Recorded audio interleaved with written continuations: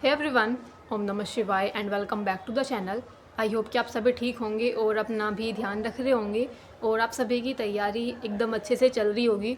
तो आज है 9 नवंबर और आज है संडे। आई होप कि आप सभी ने यूपीएसआई का आरडब्ल्यूए का मॉक टेस्ट लगा लिया होगा। तो आप सभी ने लेवल तो आज देख लिया होगा।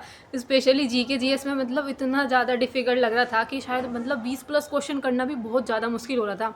जीके जीएस आज पूरा तगड़े लेवल की दे रखी थी। और मैथ की बात करूँ तो मैथ्स तो मुझे लगता है कि इनका शायद हर एक जो जितने भी मॉक टेस्ट आना शुरू हो रहे हैं काफ़ी टाइम से, तो सब में थोड़ा सा डिफ़िकल्ट सा ही लगता है मुझे। तो मुझे लगता है आई थिंक 7 से 8 क्वेश्चन मुझे लगते हैं ऐसे जो कुछ ज़्यादा ही डिफ़िकल्ट होते हैं, इसलिए मेरा मैथ में स्कोर कम बना है। जीके जीएस में भी बहुत कम है।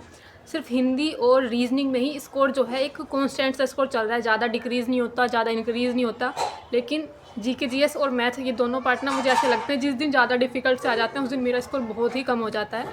तो आज यही रहा था, काफ़ी सब्जेक्ट में मेरा जीके जीएस में भी काफ़ी कम रहा और मैथ में भी कम रहा। इससे पहले मैंने एक दिन पहले टेक्स्ट बुक का लगाया था, उसमें काफ़ी सही स्कोर आया था। लेकिन उस एग्ज़ाम का लेवल आप देखो, उसके क्वेश्चन बहुत ईजी थे, मैथ के हो चाहे फिर वो रीजनिंग के हो।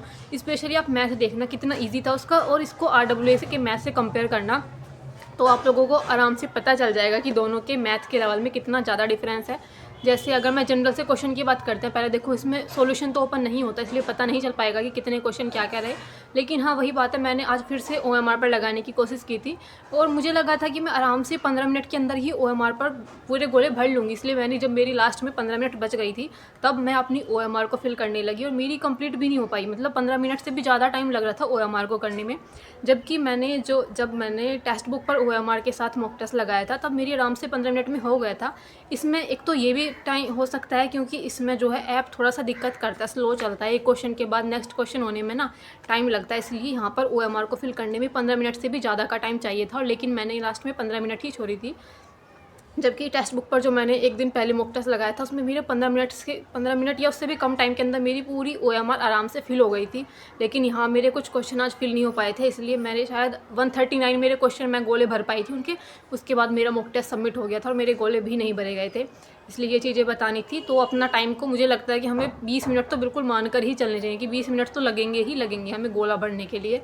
मैंने हालांकि 15 मिनट निकाले थे, लेकिन हाँ धीरे धीरे ऐसा था कि चलो पहली बार लगाया तो थोड़ा सा टाइम हो गया, लेकिन जब अगली बार लगाएंगे तो पूरी कोशिश रहेगी कि अपना एग्जैक्ट टाइम हम निकाल पाएँ, उस टाइम के अंदर एक स्कोर भी सही हो और उसके बाद हम गोले वगैरह भी भर पाएँ।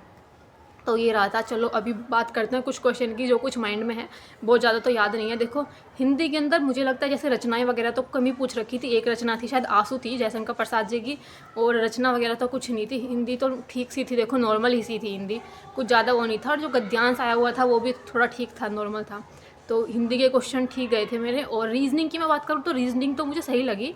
रीजनिंग में ना एक क्वेश्चन आया हुआ था जिसमें आपको याद है एक एक गोला बना हुआ था, 4 गोले बना रखे थे, उसमें असंगत बताना था। उसमें एक में तो था स्टार सा बना रखा था और एक में गोला था और एक में व्रत टाइप सा था कुछ, मतलब व्रत भी नहीं, वो नहीं था, वो था रेक्टेंगल टाइप में था। एक रेक्टेंगल था, एक गोला था और एक स्टार था।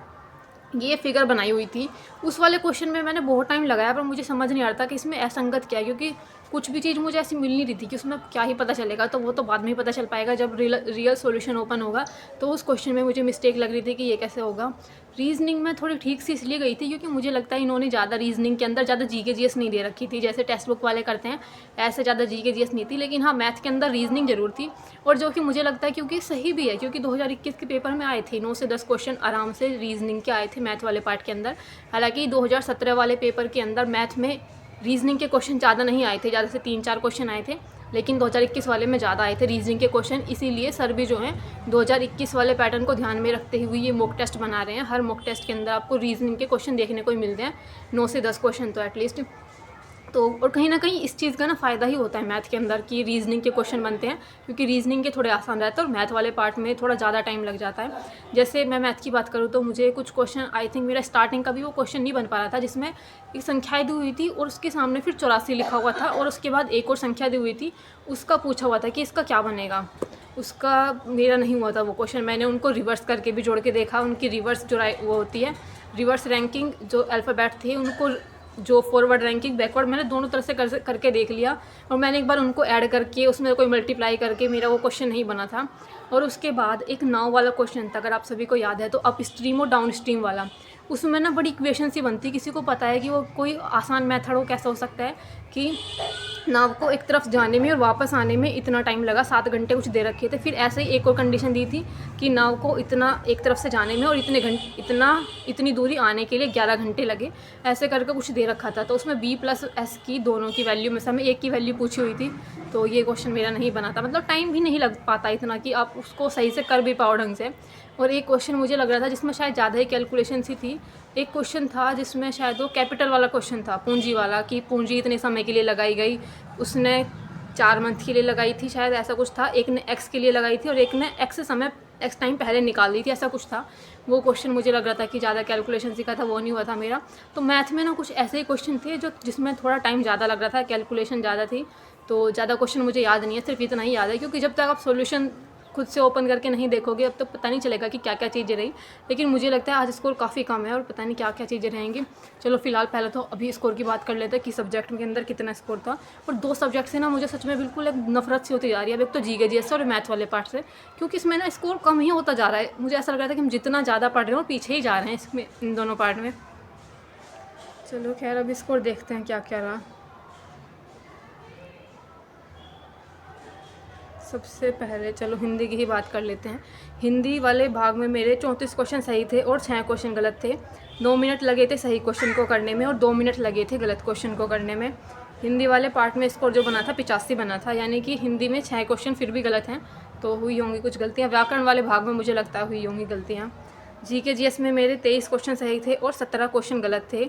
6 मिनट सही क्वेश्चन को करने में लगे थे और 5 मिनट लगे थे गलत क्वेश्चन को करने में। स्कोर जो था 57.5 था। जीके जीएस में बहुत कम स्कोर जा रहा है। और अगर मैं मैथ वाले भाग की बात करूँ तो मैथ में भी मुझे लगता है बहुत कम हो गया मेरा स्कोर। मैथ में मेरे 27 क्वेश्चन सही थे और 13 क्वेश्चन गलत थे। 34 मिनट सही क्वेश्चन को करने में लगे थे और 25 मिनट लगे थे गलत क्वेश्चन को करने में। आप देखो जो क्वेश्चन मेरे मतलब नहीं होते ना मुझसे, फिर मैं उस पर कितना ही टाइम वेस्ट करूँ, मेरे बन नहीं पाते वो। मतलब 13 क्वेश्चन भी मैंने मतलब 13 और 25, देखो मैंने 13 क्वेश्चन के अंदर 25 मिनट वेस्ट कर दिए। और स्कोर जो था 67.5 था। इसमें बहुत बेकार स्कोर रहा। और उसके बाद रीजनिंग मुझे सही लग रही थी, तो रीजनिंग में जो स्कोर था 36 क्वेश्चन सही थे और 4 क्वेश्चन गलत थे। 25 मिनट सही क्वेश्चन को करने में लगे थे और 4 मिनट लगे थे गलत क्वेश्चन में। 90 जो बना था इसमें स्कोर बना था जीके जीएस वाले पार्ट, रीजनिंग वाले पार्ट में जीके जीएस याद आ रही है सब जगह, तो इसमें 90 स्कोर था। बस मुझे लगता है शायद हिंदी और रीजनिंग ही है जो हमेशा साथ दे देती हैं ज़्यादातर, कभी मतलब बहुत ज़्यादा ऊपर नीचे नहीं होता इसके अंदर स्कोर। लेकिन जीके जीएस और मैथ्स तो मुझे ऐसा लगता है मैथ्स के अंदर कितना भी डिफ़िकल्ट हो एटलीस्ट 30 तो हमारे आने ही चाहिए, चाहे वो अब RWA का मैथ हो या फिर TWA का मैथ हो, मतलब 30 के करीब तो रहना ही चाहिए स्कोर।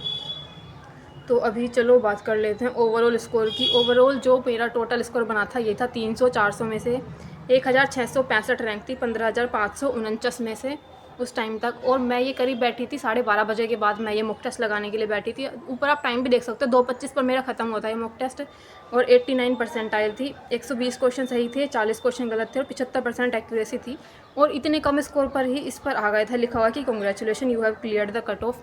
तो पता नहीं इस बार इस वाले मॉक टेस्ट की कट ऑफ कितनी रख रखी थी, इस पर लिखा रहा था मेरे पर कि 300 पर ही कट ऑफ क्लियर दिखा रहा था ये। तो मुझे लगता है इतने ही थे क्वेश्चन वगैरह मैंने सभी बता दिए। बाकी अगर आप इधर देखते हो ना तो देखो एवरेज लोगों का 235 था और टॉपर का एवरेज 370.4 है, 370.0 है। और मेरा जो था 300 था। टॉपर लोगों का 300 सही है। देखो अब आपने देखा जब से ये लगाना शुरू हुआ है कि मतलब आप मॉक टेस्ट का सॉल्यूशन वगैरह ओपन नहीं कर सकते। 400 में से 400 वाले जो स्कोर वाले हैं वो बहुत कम लोग मिलते हैं। अब 400 में से 400 मुझे नहीं लगता कि अभी तक जिस टाइम मैंने मॉक टेस्ट लगाया था उस टाइम किसी का नहीं था 400 में से 400, सबके 370 तक थे। आई थिंक 370 के करीब तक तो थे, लेकिन उससे ज़्यादा नहीं थे शायद।